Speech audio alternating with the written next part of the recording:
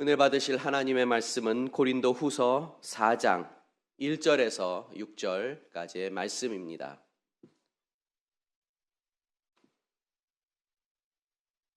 오늘 우리에게 주시는 하나님의 귀한 말씀 고린도 후서 4장 1절에서 6절까지의 말씀을 우리 다 함께 봉독하겠습니다.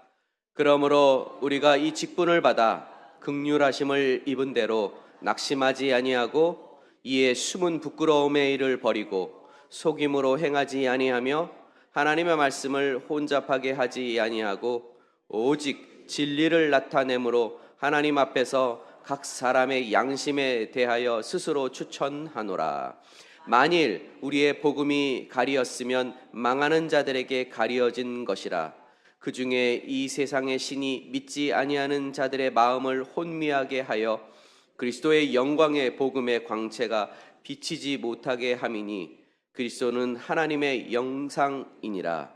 우리는 우리를 전파하는 것이 아니라 오직 그리스도 예수의 주 되신 것과 또 예수를 위하여 우리가 너희의 종 된 것을 전파함이라. 어두운 데에 빛이 비치라 말씀하셨던 그 하나님께서 예수 그리스도의 얼굴에 있는 하나님의 영광을 아는 빛을 우리 마음에 비추셨느니라. 아멘. 할렐루야. 우리 목사님 소개해 주신 대로 저는 지금 독일 프랑크푸르트 순복음교회를 10년째 섬기고 있는 박용식 선교사입니다. 저는 귀한 자리에 불러주셔서 이렇게 말씀 전할 수 있는 기회를 주신 하나님과 우리 목사님, 우리 성도님들께 감사를 드립니다. 오늘 연약한 종이 전하는 말씀을 통해서 주님 주시는 말씀을 듣는 귀한 시간 되기를 소망하고요. 또 연약한 말씀을 통해서도 또 주님 주시는 은혜를 통해서 여러분 또 말씀의 은혜를 통해 또 여러분 기도하시는 모든 것에 응답하신 하나님의 은혜가 넘치도록 임하게 되시기를 예수님의 이름으로 축원합니다. 제가 선교대회 올 때마다 또 우리 성도님들 뵐 때마다요, 성도님들이 보여주시는 반응이 두 가지가 있음을 느끼게 돼요. 첫 번째 반응은 뭐냐면요, 한 번은 선교대회 와서 교회 앞을 지나가는데 어떤 권사님 한 분, 오랜만에 뵀던 권사님 한 분이 저를 반갑게 보시면서 목사님 반가워요, 오랜만에 뵈요, 지금 어디 계세요 하고 물어보시더라고요. 그래가지고 권사님 저 지금 독일 가 있어요 그랬더니 아이고 목사님 성공하셨네요, 저한테 그렇게 반응을 하세요. 어떻게 그렇게 좋은 데 가셔서 좋겠다고 막 그렇게 반응을 하시더라고요. 그러니까 성공하셨네요 라고 하는 그 반응에는 어떤 의미가 있는 것이냐면 목사님 좋은 나라 가서 살기 좋은 데 가셔서 목회하시니까 고생 없이 잘 먹고 잘 살고 잘 있으시겠네요 라고 하는 그런 의미가 있는 거죠. 근데 그때 옆에 이제 동남아 쪽에 계시던 선교사님이 같이 계셨는데요. 그분에게는 누구시냐고 물어봐서 또 제가 잘 아는 우리 동남아 계시는 분이십니다 그랬더니 이 권사님 얼굴에 갑자기 아이고 선교사님 얼마나 고생이 많으세요 그러시면서 아주 불쌍히 뚝뚝 떨어지는 눈빛으로 바라보시면서 가만히 있어봐 하면서 주머니에서 뭔가 막 꺼내주시려고 막 그러시더라고요. 그래가지고 제가 속으로 삐껴가지고 알지도 못하면서 제가 한번 그렇게 지나갔던 적이 있는데요. 그러니까 이 말에는 어떤 의미가 있냐면 유럽 그리고 미국 그리고 교민 그러면 힘든 것도 없고 어려운 것도 없이 목회 그냥 잘 먹고 편안하게 잘하겠지라고 하는 그런 생각들이 좀 깔려 있으신 것 같아요. 근데 동남아나 그쪽 아프리카 우리나라보다 좀 잘 못 사는 나라에 계시는 분들은 묻지도 따지지도 않고 무조건 힘들 거다라고 생각하시는 그런 마음들이 있으신 것 같다는 그런 생각을 했습니다.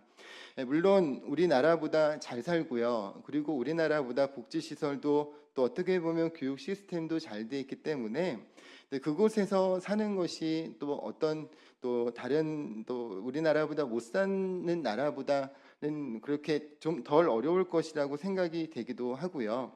또 때로는 우리 성도님들이 그런 곳에 계시는 선교사님, 계시는 분들에게 무슨 선교사라고 얘기할 수 있냐, 그리고 그분들한테 또 무슨 말씀의 은혜를 받을 수 있겠냐라고 하는 선입견도 있으신 분도 있으신 것 같아요. 물론 여러분 맞는 것도 있지만 한편으로는 또 틀린 부분도 있다라고 생각을 합니다.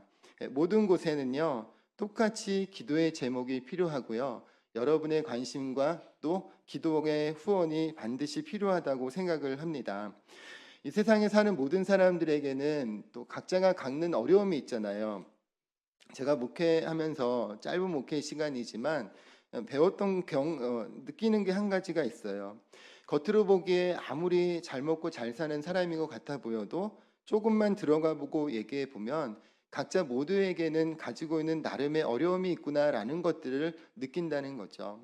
겉으로 보기에 좀 좋은 차 타고 좋은 집에 사는 사람 같아 보여도 집에 가면 남편 때문에 속 썩는 분이 반드시 있고요. 아니면 자식놈들 때문에 마음이 속상한 분도 있고요.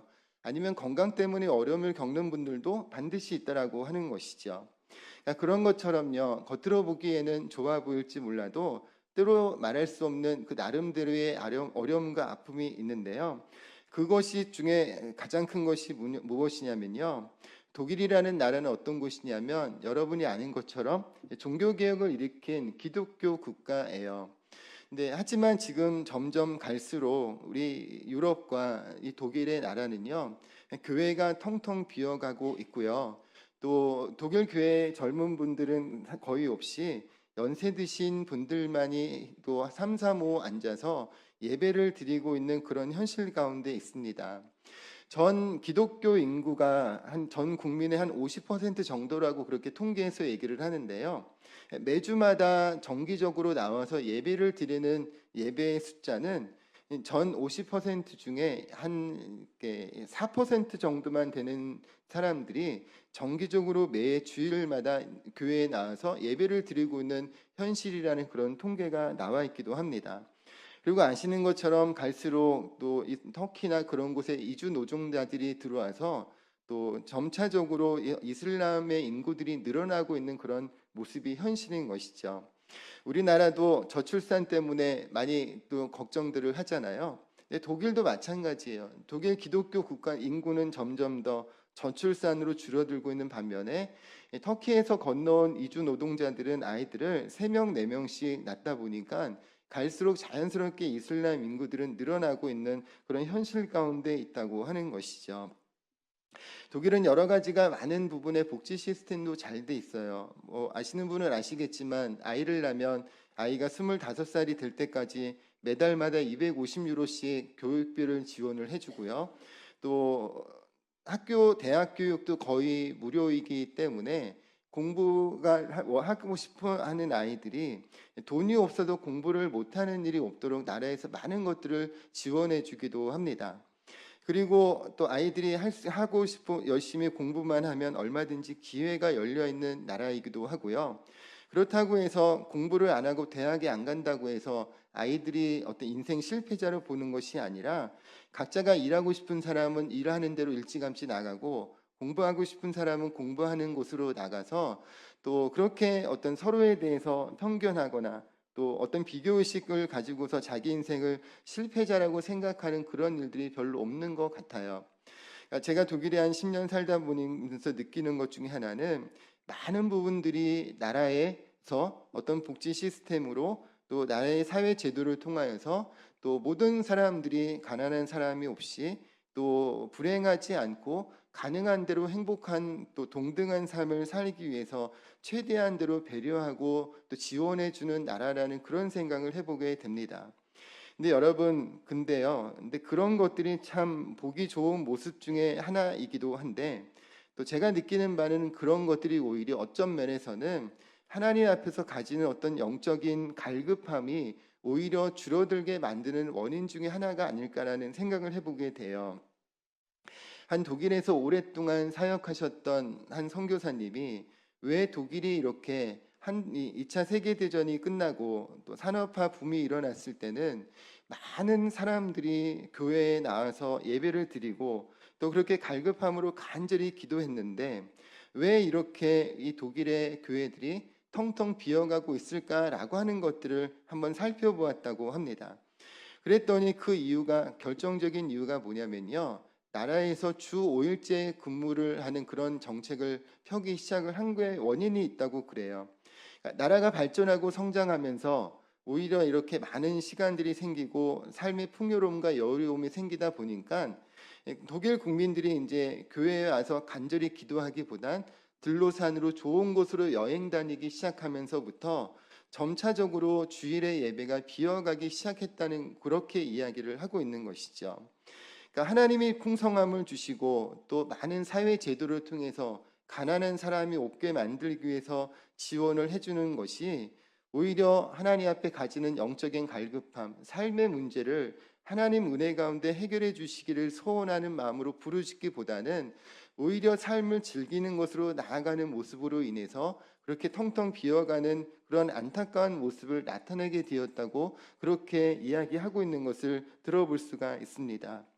그러니까 우리나라가 점차적으로 우리 교회 한국 교회들이 점차적으로 유럽 교회를 닮아가고 따라가고 있다는 생각을 참 많이 해보게 되는데요.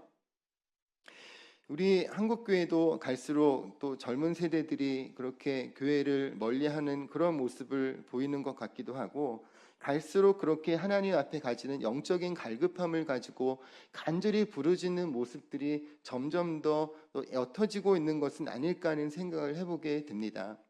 저 어렸을 때 얘기하면 나 때는 말이야 그럼 이제 꼰대 소리 듣는다 그런 얘기하면 안 된다지만 제가 어렸을 때 저희 부모님 처음 예수 믿고 갔을 때 그때가 한 80년대 초반쯤 됐을 때 7, 80년대 됐을 때는요. 저 어렸을 때 기억에도 저희 어머니가 지금 우리 오산리 기도원 좋게 세워지기 전에 건물 하나에 십자가탑, 종탑 하나 세워져 있을 때 기도원에 쫓아다녔는데 그때만 하더라도 이 산업화 우리나라의 그런 그 가난하고 어려울 때 또 많은 사람들이 교회에 나와서 간절히 부르짖고 문제 해결을 위해서 기도했던 그런 기억이 있어요. 기도원 맨 뒤에 그 벽 쪽에 붙어 앉아가지고 그 저는 피곤 어린 아이가 잠자는데 시끄러우니까 자꾸 깨고 막 그러면서 짜증 부렸던 기억도 있는데 어쨌든 저희 어머니 그렇게 열심으로 나와서 기도하고 문제 해결을 위해서 기도하고 또 많은 성도들이 그렇게 문제 해결을 위해서 기도했을 때 하나님께서 복 주시고 은혜 베주셨고 또 교회가 그렇게 크게 부흥했던 그런 것들을 우리가 또 이미 알고 있고 기억을 하는데요. 갈수록 하나님 주시는 풍요로움을 통해서 하나님 영광에서 사용하기보다는 많은 한국의 성도들도 교인들도 또 이제는 들로 산으로 또 놀러 가고 즐기는 그런 축복을 즐기는 모습으로 사용하는 그런 모습들을 우리가 점차 많이 보게 되는 것 같습니다.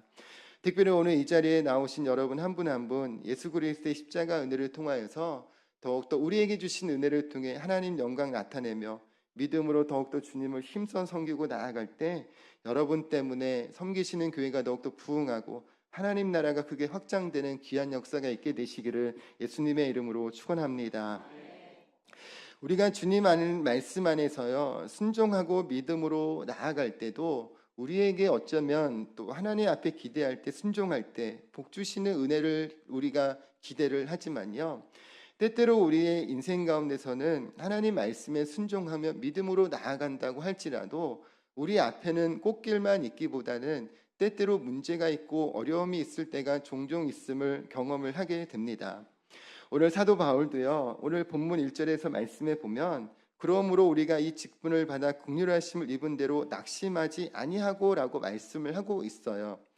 사도 바울이 이처럼 낙심에 대해서 이야기하고 있다는 것은 무엇이냐면 지금 사도 바울이 낙심할 만한 그런 상황 가운데 있다는 것을 의미하고 있는 것이죠. 사도 바울이 이방인의 사도로 보내심을 받은 이후에 정말 많은 어려움이 있었어요. 우리가 특별히 고린도후서 11장 23절에서 27절까지 말씀해 보면 사도 바울이 어떤 고난을 당했는지를 말씀을 하고 있는데요.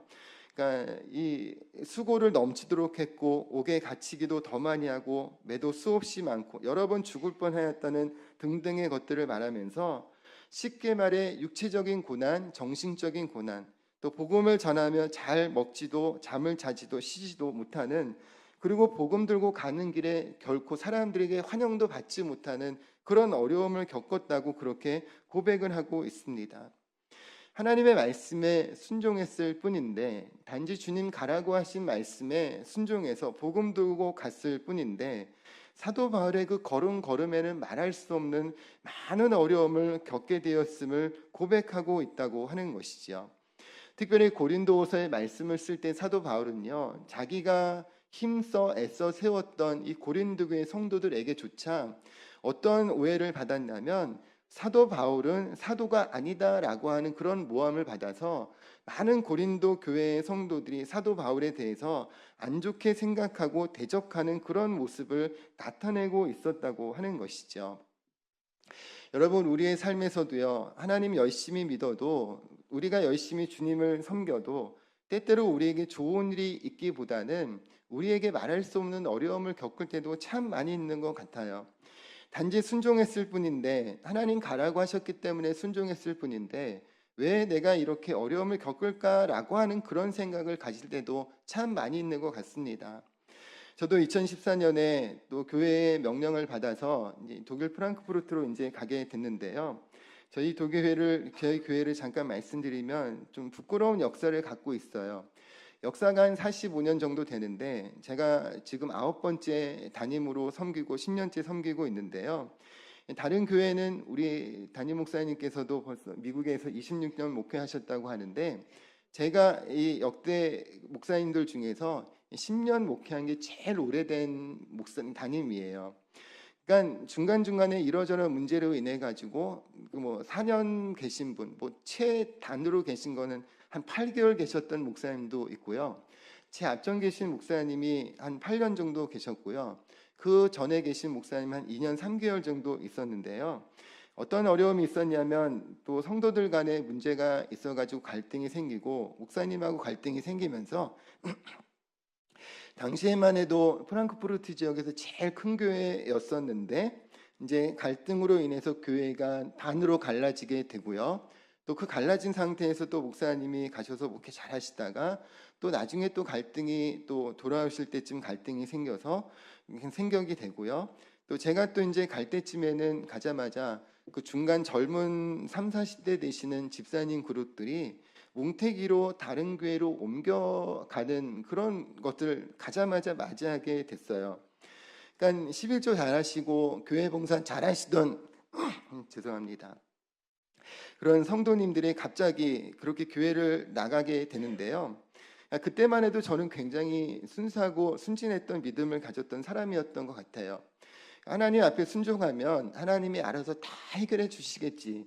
그래도 이제까지 또 교회 사역하면서 배운 게 순종인데 묻지도 따지지도 교회 상황이 어떤지 그 나라가 어떤지 내 능력이 어떤지 상관하지 말고 교회가 명령하면 하나님이 명령하면 거기에 순종하면 하나님이 모든 것들을 해결해 주셔서 또 좋은 것들을 채워주시겠지라고 하는 그런 순진한 마음으로 갔던 것 같아요. 근데 가자마자 겪었던 일들이 그렇게 대부분 성도들이 나가고 교회 재정은 거의 없어서 가자마자 사례비는 받기 힘들 그런 현실 가운데 있었고 또 성도들끼리도 마음이 똘똘 뭉쳐 있었던 것이 아니라 반으로 갈라져서 신방을 가면 목사님 제가 나가야지 이 교회가 잘 돼요 그러고 저 집 가면 이 사람이 나가야지 교회가 잘 돼요라고 하면서 서로를 이렇게 비난하고 하는 그런 갈라진 마음을 갖고 있었던 것을 맞이하게 됐었습니다. 그러니까 교회를 섬기며 좀 뭔가 편안하고 또 말씀하고 집중해야 될 그런 모습이 아니라 이 집 다니고 저 집 다니고 장로님 만나고 집사님 만나고 그러면서 서로 아픈 마음을 들어야 되고 서로가 가지고 있는 답답함을 해결하는 모습으로 그 시간을 보내는데요. 그러다 보니까 자연스럽게 성도들도 새로운 목사에 대해서 어떤 신뢰하기보다는 뭐 순복음교회에서 보낸 목사 뭐 다르겠어? 처음에는 뭐 다 잘하지 조금만 지나봐 뭐 원래대로 돌아갈 거야라고 하는 어떤 불신적인 마음을 갖는 그런 모습을 맞이하게 됐었습니다. 그러니까 그런 모습을 여의도에서 사역하면서 우리 권사님들과 또 많은 성도님들로부터 사랑만 받고 좋은 목사님, 착한 목사님이란 소리만 듣다가 막상 가서 그렇게 성도들이 상처받은 마음으로 저를 대하는 모습을 보니까요.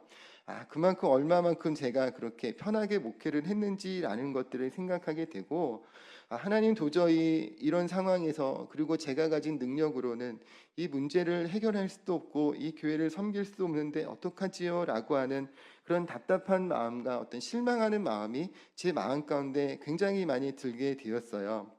근데 그런 마음으로 가지고 있다가 그래도 하나님 믿고 보내신 자리이기에 또 우리 성도님들 만나고 찾아다니고 같이 기도회를 하면서 많은 부분에서 이제 상처받았던 마음들이 치유되고 같이 교회를 이렇게 또 기쁨으로 건강하게 세우면서 교회가 안정되어 가는 그런 모습을 또 하나님께서 만들어 주시는 것을 경험할 수 있었습니다. 근데 문제는 이민교회의 특징이라는 것이 그래요. 이민교회의 특징은 항상 변동이 너무 많다는 거죠. 그러니까 교회가 좀 건강하고 안정되게 성장하는 것 같다가 어느 시점에 이분들이 갑자기 한국으로 돌아오신다 간다고 그래가지고 한국으로 돌아가는 성도들이 생기게 되고요. 그리고 또 유학생들 같은 경우 공부 끝나고 다시 한국으로 돌아가게 되고요.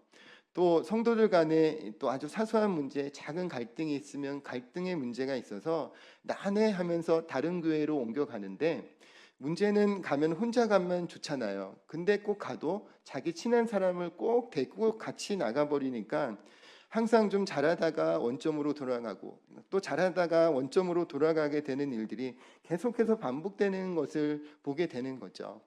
그리고 여러분 아시지만 결정적으로 또 코로나 시기를 보내면서 많은 분들이 한국으로 돌아오시게 되고 또 이러저런 이유가 되면서 다시 교회가 또 여러 가지 또 모습이 어려움을 겪게 되니까요. 그러니까 순간순간마다 또 이민 교회를 섬긴다는 것은 이처럼 많은 갈등이 생기게 되고 또 그런 연약함을 보면서 하나님 부족한 종이 부족해서 종이 너무나 무능력해서 이런 일이 반복되는 것 아닙니까? 라고 하는 그런 안타까운 기도를 참 많이 드리게 되었던 것 같아요.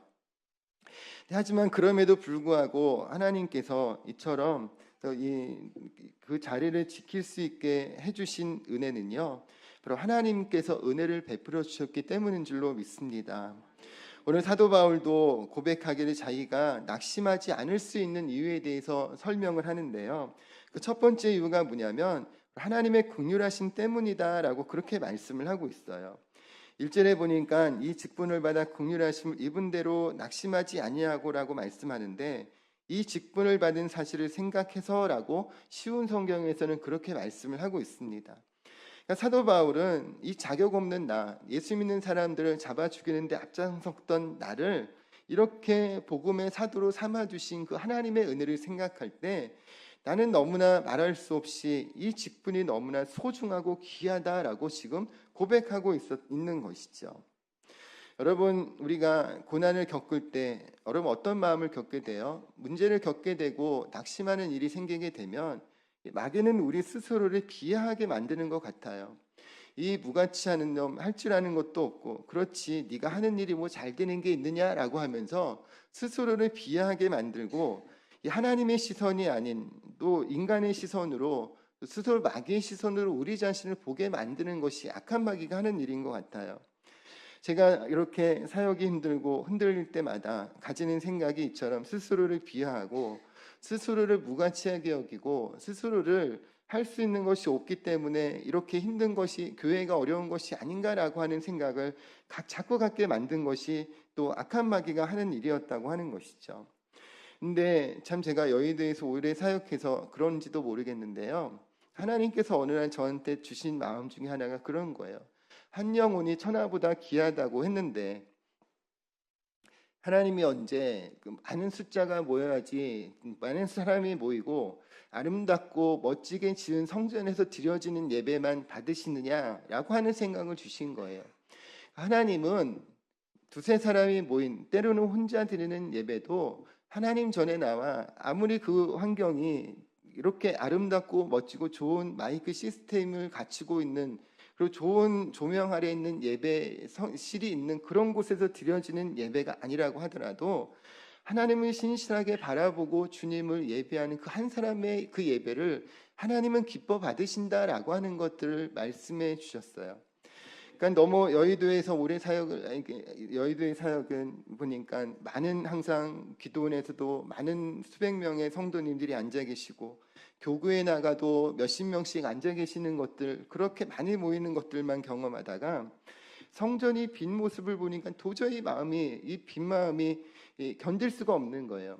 성전이 빈 모습을 보면서 내가 이렇게 이것밖에 안 되나 설교를 할 때 성도님들이 반응하지 않는 모습을 보면 내 설교 능력이 이거밖에 되지 않나라는 그런 생각을 하게 되는데 하지만 어느 날 하나님께서 그렇게 우리의 예배를 받으시고 한 사람의 예배를 받으시고 한 사람의 영혼을 너무나 소중하게 여기신다는 것을 하나님 알게 해주셨어요. 그래서 여전히 인간이라 그 예배실이 비고 또 누군가 안 나오면 또 왜 안 나오셨지? 무슨 일이 있나? 또 교회를 나가려고 그러는 거 아닌가라고 하는 그런 생각이 들고 덜컹덜컹 겁이 나는 생각이 들기도 하지만요.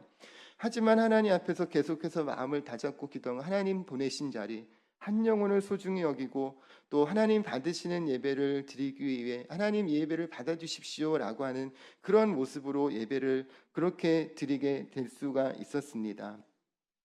제가 독일에서 사역하면서요, 성도들에게 듣는 가장 무서운 말이 한 가지가 생겼어요. 그게 뭐냐면 목사님 드릴 말씀 있습니다라고 하는 말이에요. 목사님 드릴 말씀 있습니다라고 하면 여러분 보통 어때요? 목사님 이런 기도 제목이 있어요라고 하는 얘기를 하실 때잖아요. 근데 이민교회에서는 목사님 드릴 말씀 있습니다라고 하는 두 가지 의미가 있어요. 하나는 목사님 나 불만 있어요. 내 불만 들어주세요예요. 목사님 설교가 어떻고요? 사모가 어떻고요? 뭐 예배가 어떻고요? 청년들 찬양이 어떻고요? 이거 다 문제인데 이거 어떡할 거예요? 라고 저한테 따지러 올 때 목사님 드릴 말씀 있어요? 라고 하는 얘기예요. 근데 그분들은 그런 얘기 한참 얘기 듣고 있다 보면 속으로 부글부글 올라와요. 지는 하지도 않으면서 뭐 말은 이렇게 많아 그러면서 이제 그런 마음이 막 부글부글 올라오는데요. 그래도 그런 분은 그래도 고마운 게 저한테 불만을 제기하고 저를 그렇게 이러저런 불평으로 저를 괴롭힌 그 마음을 좀 힘들게 하지만 그래도 교회 예배 자리에 나와서 앉아 있으면서 괴롭히니까 그래도 좀 고마운 분들이에요. 왜냐하면 그분들은 11시도 하고 봉사도 하면서 그렇게 하니까 그래도 좀 나아요. 근데 이 두 번째 하고 들을 말씀이 있습니다는 평소에는 조용히 신앙생활 잘하는 것 같다가 어느 날 딱 와가지고 목사님 이번 주가 이 교회에 나오는 마지막 날입니다 라고 통보해버리고 그리고 그냥 다른 교회로 나가버려요. 그리고 어느 때는 그냥 뭐 심지어 안 나타났다가 전화를 드려도 전화도 안 받고 문 앞에 가서 배를 눌러도 문도 열어주지도 않고 대꾸도 안 하고 그러시는 분도 있어요. 그러면 말할 수 없이 마음이 괴로운 거죠. 또 한 영혼이 나 때문에 또 실족했나 싶은 생각이 들고 그렇게 되는 거죠. 그러니까 그런 일들을 겪을 때마다 참 마음이 힘듦을 겪게 되는데요. 하지만 하나님이 그럼에도 불구하고 보내신 자리이기 때문에 한 영혼을 소중히 여기고 예배드리라는 말씀 때문에 그래도 또 10년이라는 시간이 짧다면 짧지만 그 시간 동안을 하나님 은혜 가운데 견딜 수 있었다고 생각을 합니다. 여러분 이 자리에 혹시나 또 이러저런 이유 때문에 또 하나님 앞에 낙심하는 마음으로 나와 예배드리시는 분이 있다면 오늘 우리에게 위로가 되시고 새 힘을 주시는 하나님의 은혜를 새롭게 체험하는 시간 되시기를 예수님의 이름으로 축원합니다. 두 번째로 사도 바울이 낙심하지 않을 수 있었던 이유에 대해서 말씀하는데요. 그 이유는 분명한 소명의식 때문이라고 말씀을 하고 있어요. 5절에 보니까 우리를 전파하는 것이 아니라 오직 예수 그리스도의 주되신 것과 또 예수를 위하여 우리가 너희의 종된 것을 전파합니다라고 말씀을 하고 있습니다. 소명의식이 뭐예요? 분명한 하나님의 부르심에 대한 확신이죠. 또 자기가 지금 이 일을 하는 일에 대한 분명한 목적의식을 갖고 있는 것이 바로 이런 소명의식이에요. 사도 바울은 빌립보서 3장 14절에서도 표대를 향하여 그리스도 예수 안에서 하나님이 위해서 부르신 부름의 상을 위하여 달려가노라고 말씀을 하고 있습니다.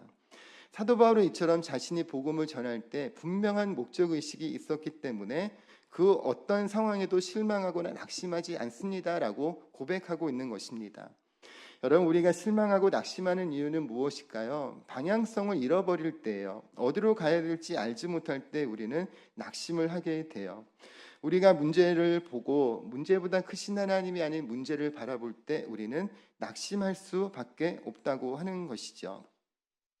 여러분 하나님께서 우리를 예수 그리스도의 은혜로 하나님 자녀 삼아 주실 때는요. 우리에게 또 은혜 주셔서 이 땅 가운데 잘 먹고 잘 살라고 하시기 위해서만 우리를 부르시고 하나님 자녀 삼아 주신 것은 아니에요. 하나님이 우리를 하나님 자녀 삼아 주신 목적의 가장 큰 목적은 예수 믿고 구원받고 은혜 받고 하나님 복 받아서 주님 주신 복을 통해 또 하나님의 나라를 주의 복음을 전하는 땅끝까지 복음을 전하라는 예수 그리스도의 명령을 우리가 지켜 행하게 하시기 위해서 우리를 부르신 줄로 믿습니다. 여러분, 그렇기 때문에 우리는 날마다 문제를 놓고 기도할 뿐만 아니라 문제보다 크신 하나님을 만나서 그 주님을 간증하고 그 주님을 자랑하고 전하는 복음의 통로가 되어야 될 줄로 믿습니다. 제가 한국에 올 때마다 저희 어머니 얘기를 말씀을 잠깐 드리면요, 저희 어머니가 예전에 굉장히 전도도 많이 하시고 열심히 또 신앙생활 하시고 기도도 정말 많이 하셨던 분이에요. 근데 해마다 이제 올 때마다 올해 81살이 되셨는데 몸의 건강 상태가 갈수록 매년마다 나빠지는 것을 느끼거든요. 뭐 몇 년 전 수술도 하셔서 이제 거동도 힘드시고 혼자서는 외출도 힘드시고 또 한 번 자리에 주저앉으면 스스로의 힘으로는 일어나서 소파에 앉기도 힘들 정도로 몸 상태가 굉장히 나빠지셨더라고요. 근데 어느 날은 한 번은 이제 사역을 마치고 집에 들어갔는데 어머니 혼자서 스스로는 교회도 못 오시고 외출도 못 하시니까 답답하셨는지 소파에 앉아가지고 창문 밖을 보면서 먼 산 바라듯이 멍하게 앉아 계시는 모습을 제가 본 거예요. 그 모습을 보는데 어떤 생각이 들었냐면, 우리 어머니 건강이 나빠지니까 또 외출도 어렵고 또 교회 이름 뭐 말할 것도 없고 스스로에 걸어서 예배를 또 나올 수 없는 모습을 보니까 하나님이 모든 인생에는 또 때가 있구나라는 생각을 했어요. 열심히 일할 때가 있고 그 인생을 마무리해 가는 때가 있는데 우리가 아무리 열심히 일하고 싶어도 또 건강이 나쁘면 일할 수 없고 아무리 교회에 나오고 싶어도 그 상황과 환경이 되지 않으면 못할 때가 있구나라는 것들을 느끼게 되었어요.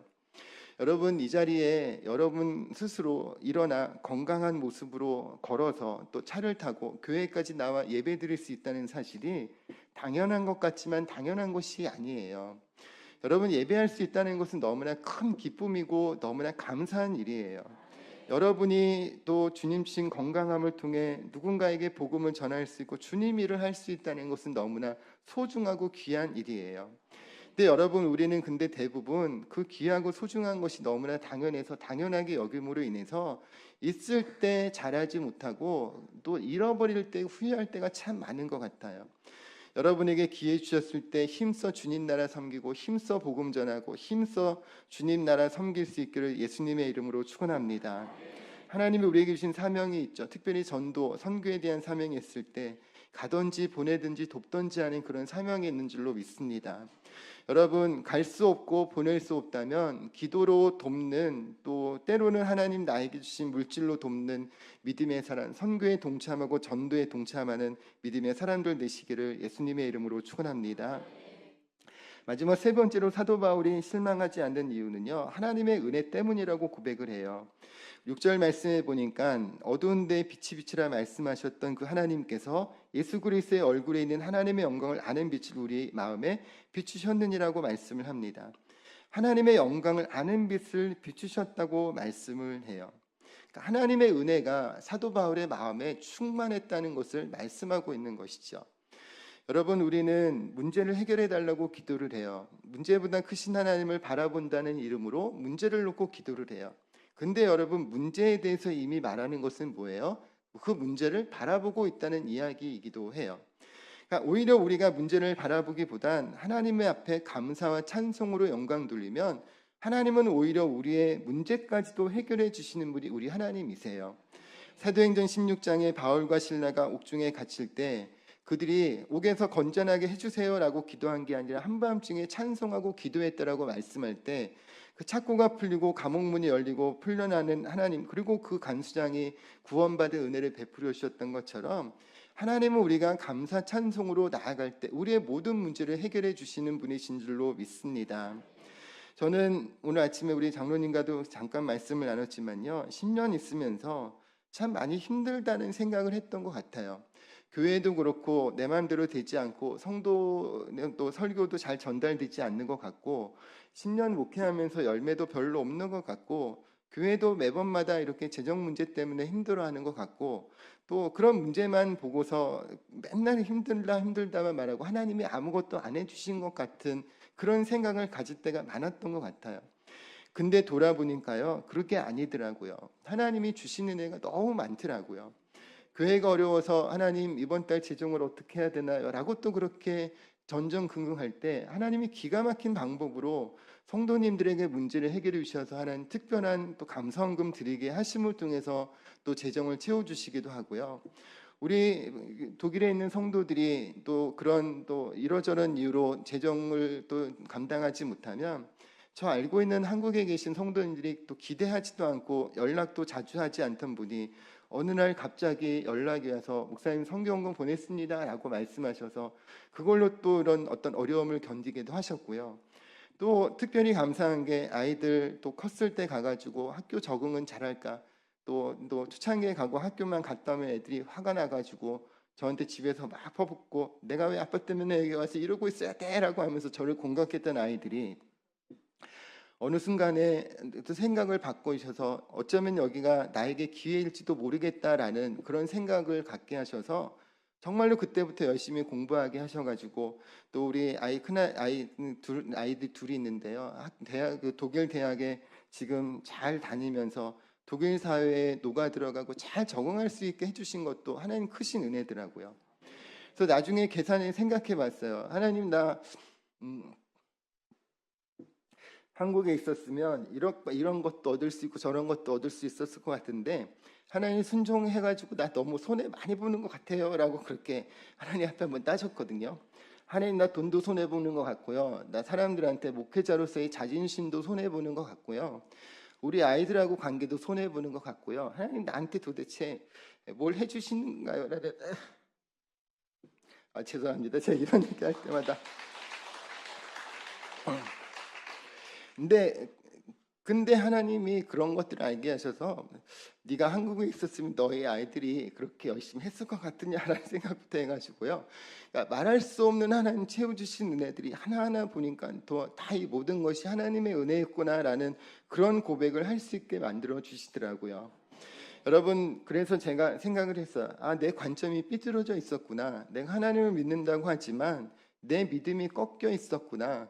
중요한 것은 꺾이지 않는 믿음인데 내 믿음이 꺾여 있어서 하나님을 제대로 바라보지 못하고 순간순간마다 주신 은혜에 대해 감사하고 찬송하지 못했구나라는 것들을 또 깨달은 적이 있었습니다.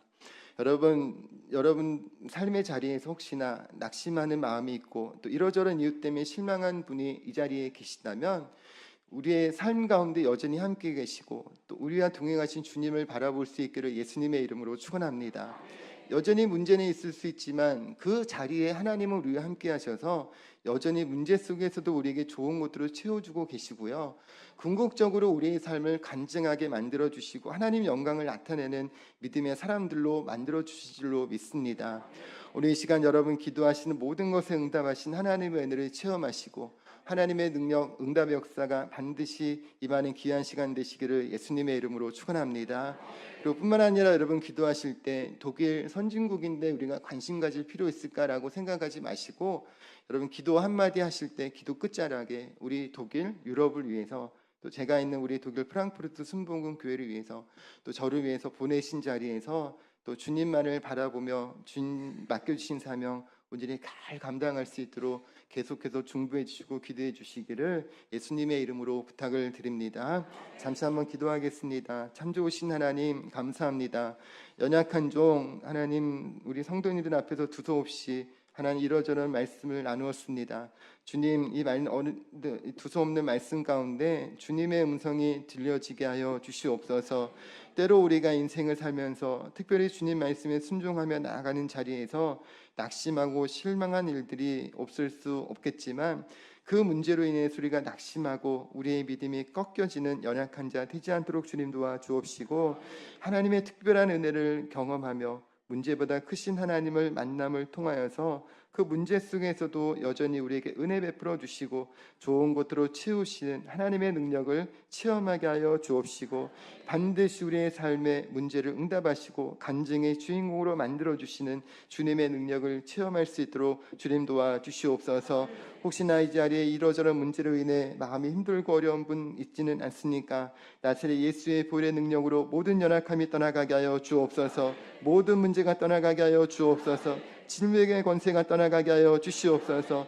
반드시 십자가의 능력을 체험하게 하시고 우리도 하나님 복음 전파의 사명에 우리가 동참하는 믿음의 사람들 되게 하여 주시옵소서. 믿고 감사드리며 예수님의 이름으로 축복하며 기도드립니다. 아멘.